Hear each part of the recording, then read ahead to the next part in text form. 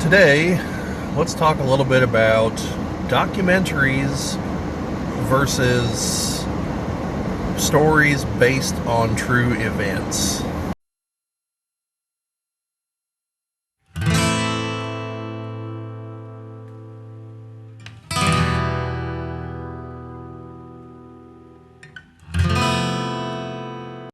Welcome back to those who've been here before. Welcome to those who are new to the channel. If you're new to the channel, my name is Bobby. The channel is Geek Cabal, and there are two other gentlemen here on the channel, and occasional guests. Brad and Chad are the other two. You'll see them in the videos. But I have a lot of free time at the moment in the car, so that's why there's a lot of car videos on here.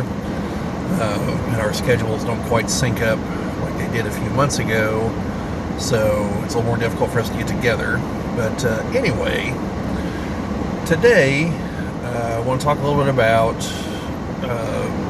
whether it's better to make a documentary on a topic or to make a dramatization based on true events.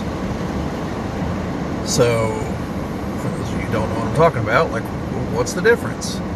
Okay, a documentary is like what Ken Burns makes on PBS. Now, those are very well produced. Okay, that's like the A material of the documentary world right there. But if you have access to Amazon Prime, and I believe also Netflix, there are a number of documentaries as well as a number of documentary type shows. Where it's a documentary, but it's either on multiple subjects, and so each episode's a different subject, but they're all related, like the show Rotten on Netflix. It's about the dark side of the food industry. No, I don't actually mean rotten food, in case you're like, oh god, I don't want to see bad food. No. This is about things like big garlic, kind of like big tobacco and big oil, but there's also a big garlic. How the avocado trade involves the cartels, and just a whole bunch of random stuff like that. It's a very fascinating show if you've never seen it. In case you thought that somehow your food production had an ethical side to it, it does not. Yeah, and then on Amazon Prime, I watch random documentaries on there all the time. Like there's one about a shopping mall that was in decline that was kind of interesting, meeting the people that still work there, and the day-to-day routine of their lives, and trying to hire people knowing that the whole place is going down. One is about drive-in theaters. Well, it's supposed to be about drive-in theaters and ended up being about a specific drive-in theater, and that one was actually pretty interesting, showing how a few years ago, there was a moment, I say a few years, it's probably closer to, probably more than a few at this point. Drive-in theaters had a choice to make because Hollywood, to those of you that don't know, they don't send film prints to theaters anymore. It's all digital. So drive-in theaters all had to make a choice. Are we only going to run movies made from this moment back because we're going to stick with the film projector, or are we going to upgrade, and it's a very expensive upgrade to a digital projector. I know at the time some local drive-in theaters were saying it was several tens of thousands of dollars, and yeah, that's quite a chunk of change for a business that's kind of just barely hanging in there. And so I don't know how many of the local ones actually upgraded. I assume most of them did, because they do seem to run newer movies when they're open in the summer. But they also still run a lot of older movies. I actually went to go watch the Rocky Horror Picture Show at a drive-in theater last year. So, there you go. Yeah, so that's the kind of things you run into. If you're all interested in drive-in theaters, definitely check that one out. Some interesting things came out. They also started running movies that they had on VHS tape. They'd have to call the distributor. Initially, the distributor's like, what the hell are you talking about? VHS tape? Yeah, sure, here's the cost. Send us a check. Go for it. So, Anyway, this was kind of brought on by another video that I watched talking about whatever the big D&D conference thing that just happened. I don't know what it's called. I should probably watch the whole thing and do some videos on it. But this individual, who shall go unnamed, believed that Joe Manganiello, who's going to be doing a Dungeons & Dragons documentary, that he should instead make a dramatization. So I guess I didn't explain that part. So like right now, if you happen to have Apple Plus, which I don't, but I see advertisements for this all over the place, there's a movie about the origins of the game Tetris. But it's a dramatization. It's a movie. It's not a documentary. The movie Argo, I want to say. Yeah, that was the name of it. Ben Affleck. It's about getting the hostages out of Iran at that whole big dust-up several decades ago. And these are dramatizations. Okay, you can hope that they'll get most of the facts kind of correct, but that's about as much faith as you should put in them.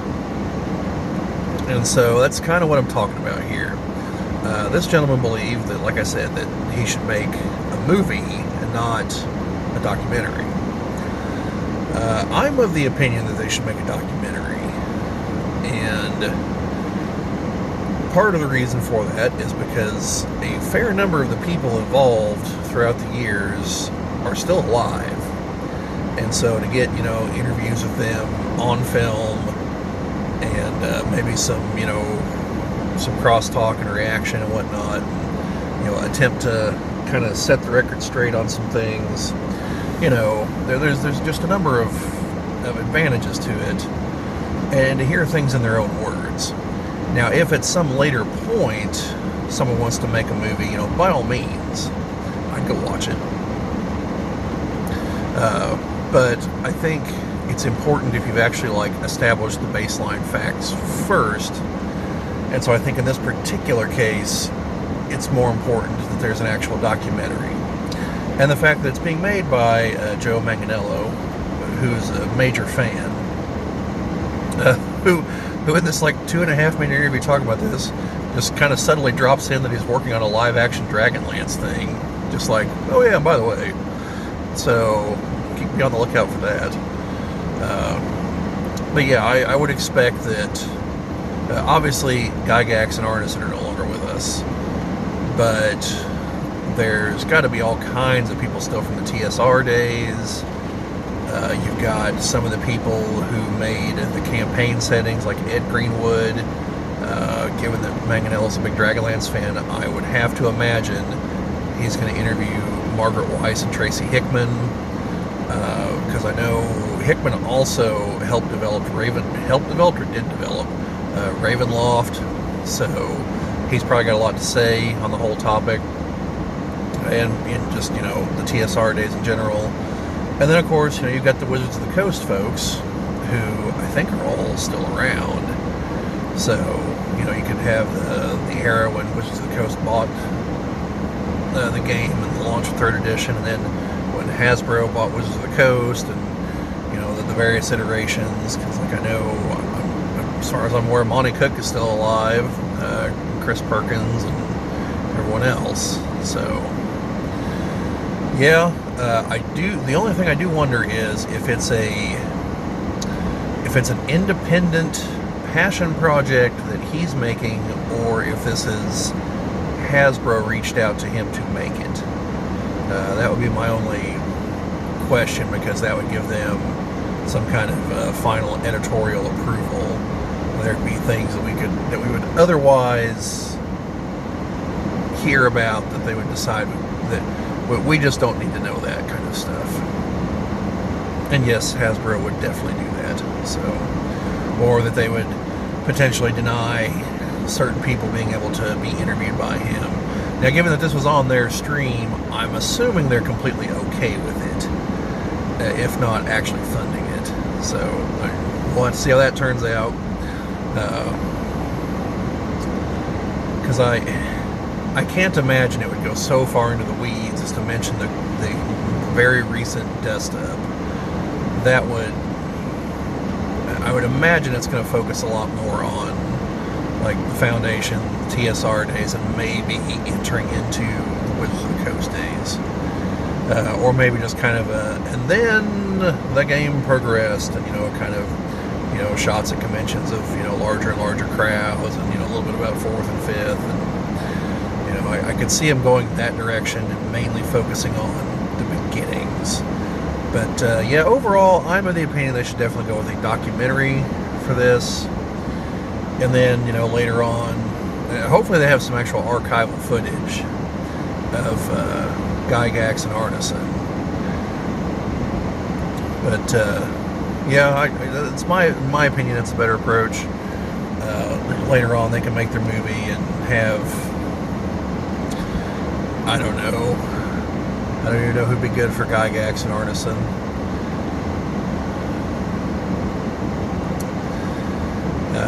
Maybe you folks tell me down in the comments. Maybe we'll get just what.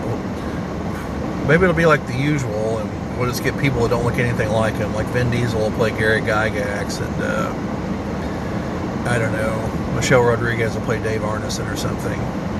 Why not? That's the way adaptations that are based on true events usually turn out anyway.